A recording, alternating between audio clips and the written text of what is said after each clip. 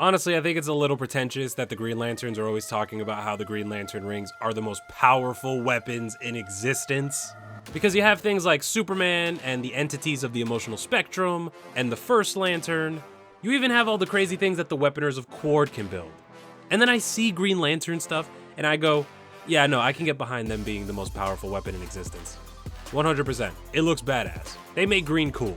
If you don't know, the Green Lantern Corps was actually created by the Guardians, which are a race of immortals residing on the planet Oa.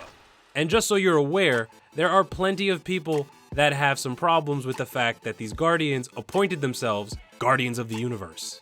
For instance, the Zamorans, which also wield the power of the emotional spectrum, but instead of will, they have love. Over their 3 billion year tenure, the Green Lantern Corps has been around to protect the universe from a bunch of threats. Some of them, the Green Lantern Corps actually unleashes. Most of the ones that they unleash are because of the Guardians. The Corps itself is made up of 7,000 members.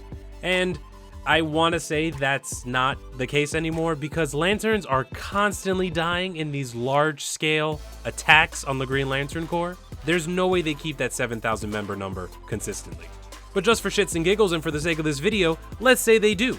7,202 members, which means that every sector in the universe gets 2 lanterns. Unless you're Earth, and then you get 6 lanterns, which should probably speak a lot to the shit that happens on Earth.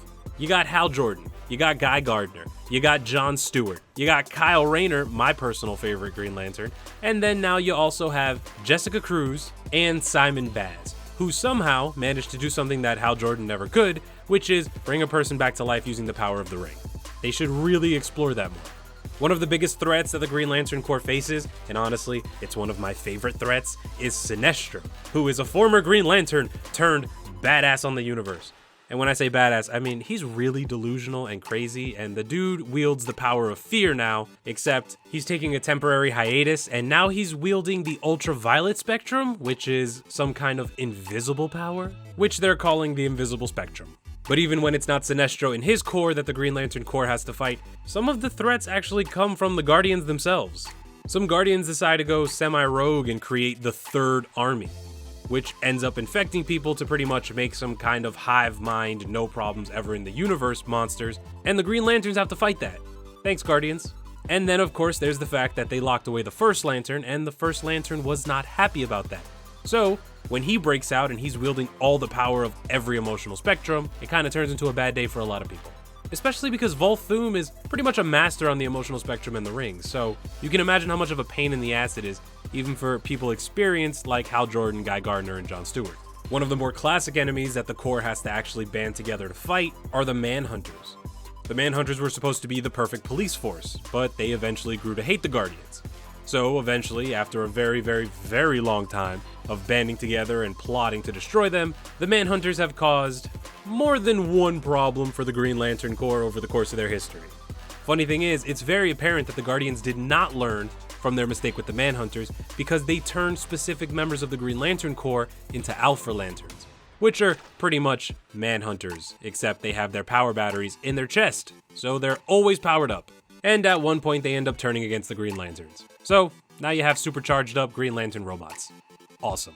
Something that actually recently gave the Green Lantern Corps some depth was when new recruits Jessica Cruz and Simon Baz end up finding themselves trapped in the past 10 billion years ago, and they find the first 7 Green Lanterns.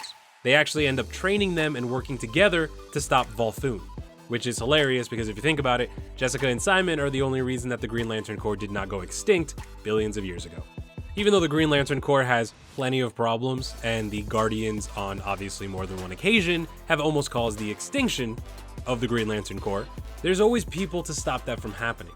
Mainly, it's the Earth Green Lanterns like Hal Jordan, even though he did wipe them out that one time, but it's fine because Kyle Rayner fixed it and he became the Torchbearer, so happy endings, right?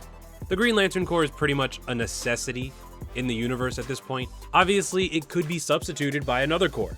At one point, Sinestro tried to be the policing force of the universe. At another point, Atrocitus tried to be the policing force of the universe. They both did not end well because for some reason, people just don't see rage and fear creating law and order. Who knew? So it pretty much has to be the Green Lantern Corps. Maybe because it's in the middle of the emotional spectrum, maybe because it's an incredibly diverse team of go-getters. I don't know. All I know is that when the Green Lantern Corps is not in the universe, shit goes even more sideways, if you can believe that.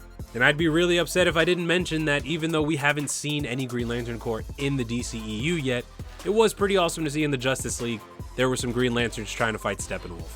Hopefully we get more than that. Hopefully it's a lot more than Ryan Reynolds. I love him as Deadpool, not as Green Lantern. But make sure to put in the comment section below what your favorite stories about the Green Lantern Corps are, because there are a lot of them. And some of them are pretty freaking amazing. I'd love to hear from you guys, and I will see you guys in the next video. Goodbye.